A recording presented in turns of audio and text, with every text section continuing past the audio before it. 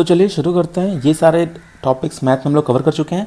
आप लोग प्लेलिस्ट में जाइए और टॉप 10 क्वेश्चन वहाँ से कवर कीजिए। प्लेलिस्ट में सारे इंपॉर्टेंट क्वेश्चंस दिए गए हैं, टॉपिक बाय टॉपिक, और सारे टॉप 10 क्वेश्चंस को आपको सॉल्व करना है वन बाय वन। तो लेते हैं आज का करंट अफेयर्स। तो 4 जुलाई 2020 के अति महत्वपूर्ण करंट अफेयर्स में आपका स्वागत है। 2 जुलाई को विश्व स्तर पर वर्ल्ड स्पोर्ट जर्नलिस्ट डे यानी विश्व खेल पत्रकार दिवस मनाया जाता है। ध्यान रखिएगा 2 जुलाई को। इस दिन का उद्देश्य खेल पत्रकारों के काम की सराहना करना और उन्हें अपने काम में बेहतर बनाने के लिए प्रोत्साहित करना है। इसकी शुरुआत international sports press association AIPS की 70वीं वर्षगांठ को चिन्हित करने के लिए 1994 में की गई थी। इस वर्ष AIPS की 96वीं वर्षगांठ मनाई गई है और AIPS का मुख्यालय स्विट्जरलैंड में है, लॉजिन में, और AIPS के अध्यक्ष गियानी मेरलो हैं। मिजोरम के पूर्व विधानसभा अध्यक्ष उपा रोकमलोवा जी का निधन हो गया। वो 1990 में मिजोरम के स्पीकर रहे थे, विधानसभा स्पीकर रहे थे। 1986 में हुए ऐतिहासिक मिजो शांति समझौते पर हस्ताक्षर करने में महत्वपूर्ण भूमिका निभाई थी। रोकमलोवा 1984 और 1993 के दौरान 3 बार राज्यसभा में विधानसभा चुनाव जीते थे। उन्होंने लाल थनहवला की सरकार में ग्रामीण विकास और परिवहन मंत्री के रूप में भी काम किया था। और वहाँ की कैपिटल आइजोल है, लार्जेस्ट सिटी भी आइजोल है, मतलब मिजोरम की कैपिटल, और उसमें 11 डिस्ट्रिक्ट्स हैं। और इस समय गवर्नर PS श्रीधरन पिल्लाई जी हैं और चीफ मिनिस्टर जोरमथंगा जो MNF पार्टी से हैं।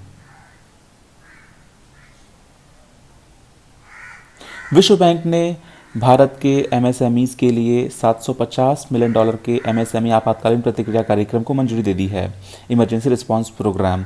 वर्तमान के समय में MSME के ऑर्डर को रद्द होने की वजह से वित्तीय बोझ से दबे पड़े हैं सभी MSME, मतलब लघु और मध्यम के जो भी उद्योग हैं। अब उनके ऑर्डर उनको मिल नहीं रहे, उनका काम आगे बढ़ नहीं रहा, तो डेफिनेटली बोझ उनके ऊपर बहुत ज़्यादा है। ग्राहकों की कमी, ये सब की वजह से इसके परिणाम स्वरूप राजस्व में भारी गिरावट आई है। विश्व बैंक समूह अपनी निजी क्षेत्र की शाखा अंतर्राष्ट्रीय वित्त निगम IFC के जरिए उपरोक्त मुद्दों, मतलब जो कुछ भी प्रॉब्लम्स आ रही हैं उससे निपटेगा, ताकि सरकार की पहल का समर्थन करने को तरलता से अनलॉक करके इस क्षेत्र की रक्षा की जा सके। हेडक्वार्टर्स इसका वाशिंगटन DC में है और इसमें 189 कंट्रीज़ जो हैं वो IBRD के साथ हैं, और मतलब उनको IBRD मिली हुई है, और 173 कंट्रीज़ को IDA मिला हुआ है। और डेविड मालपास वहाँ के प्रेसिडेंट हैं, और अंशुला कांत MD हैं, CFO हैं, और कार्मेन रेनहार्ट चीफ इकोनॉमिस्ट हैं वहाँ के, जो 15 जून 2020 में बने थे। भारत सरकार ने गैर बैंकिंग वित्तीय कंपनी NBFC को हाउसिंग फाइनेंस कंपनी HFC के लिए, मतलब ये कहिए इसको, ये कई बात बराबर है, 30,000 करोड़ रुपए की एक निवेश नगदी प्रवाह योजना को मंजूरी दी है। ध्यान देखिएगा, 30,000 करोड़ रुपए। नगदी प्रवाह योजना का संचालन भारतीय स्टेट बैंक की सहायक कंपनी, मतलब SBI की ही एक सहायक कंपनी है, SBI capital markets limited, SBI cap के द्वारा संस्थापित विशेष प्रायोजन वाहन, मतलब SLS ट्रस्ट द्वारा किया जाएगा।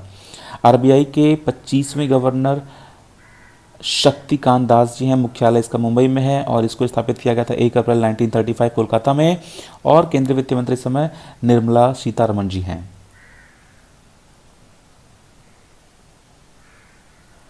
और ध्यान रखिए,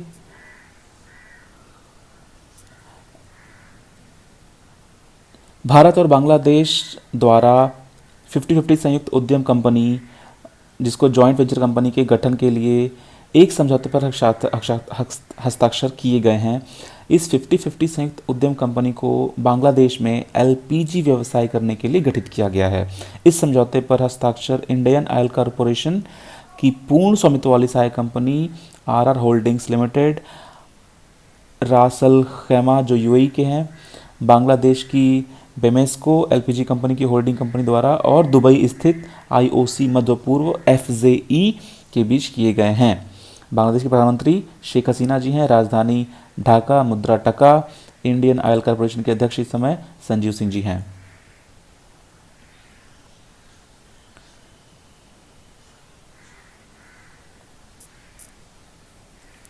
भारत सरकार द्वारा समूचे नागालैंड को अशांत क्षेत्र घोषित कर दिया गया है। ये घोषणा अगले 6 महीने यानी दिसंबर के अंत तक के लिए की गई है। गृह मंत्रालय द्वारा जारी एक अधिसूचना में कहा गया है कि केंद्र सरकार का मानना है कि इस समय पूरा नागालैंड इतना अशांत और खतरनाक स्थिति में है कि यहाँ आम लोगों की मदद एवं सुरक्षा के लिए सशस्त्र बलों की मदद की आवश्यक है। नागालैंड को लगभग 6 दशकों से सशस्त्र बल मतलब विशेष शक्तियों अधिनियम AFSPA के दायरे में रखा गया है। सशस्त्र बल विशेष शक्तियां अधिनियम AFSP के सशस्त्र बलों को सार्वजनिक व्यवस्था को बनाए रखने के लिए जरूरत पड़ने पर तलाशी, गिरफ्तारी और यहां तक कि गोली चलाने का भी अधिकार देता है। यहां के मुख्यमंत्री नेफ्यू रियो हैं और राज्यपाल RN रवि हैं। अभी IIT कानपुर के अभी देखिए ये भी अच्छी न्यूज़ आ रही है। IIT कानपुर ने एक घर से कक्षा teaching assistant setup mobile master ji विकसित किया है। इसकी देखिए उसका नाम है मोबाइल मास्टर जी, उस ऐप का नाम है। इसकी भारत के ग्रामीण क्षेत्रों के लिए बहुत फ़ायदेमंद होने की उम्मीद है। इस सेटअप पर अपने स्मार्टफोन का उपयोग करके शिक्षकों के लिए लेक्चर या निर्देश को रिकॉर्ड किया जा सकता है। अब देखिए ये सेटअप काम कैसे करेगा। तो इसमें मतलब आपके बोर्ड पे कई एंगल से, जो आपका ब्लैक बोर्ड व्हाइट बोर्ड जो क्लास में चल रहा है उस लेक्चर की वीडियो आप कई एंगल से बना सकते हैं। यह उत्पाद काफ़ी हल्का है। इसमें बच्चों को निर्देश देने के लिए शीट फिट करने और उससे बुक रखने की सुविधा भी है। मतलब एक टेबल टाइप का भी रहेगा हल्का सा। एक निर्धारित स्नातक स्तर शीट को जरूरी एंगल पर श्रेणीबद्ध करेगा। मतलब उसका जो एडजस्टमेंट है वो तरीके का होगा ताकि मोबाइल होल्डर में ये तुरंत एडजस्ट हो जाए और बच्चे उसको रिकॉर्ड कर सकें ताकि उनको बाद में वो काम आ सके।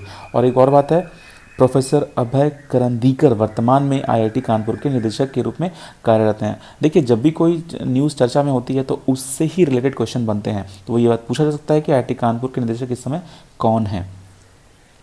लेते हैं अगला। तो फिलहाल देखिए फ्रांस के प्रधानमंत्री एडोल्फ फिलिप जी ने राष्ट्रपति इमैनुअल मैक्रोन द्वारा सरकार में फेरबदल को करने की संभावनाओं के चलते अपने पद से इस्तीफा दिया है।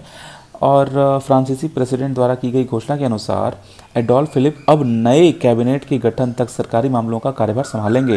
आपको पता होना चाहिए कि फ्रांस का कैपिटल और वहाँ की लार्जेस्ट सिटी पेरिस है।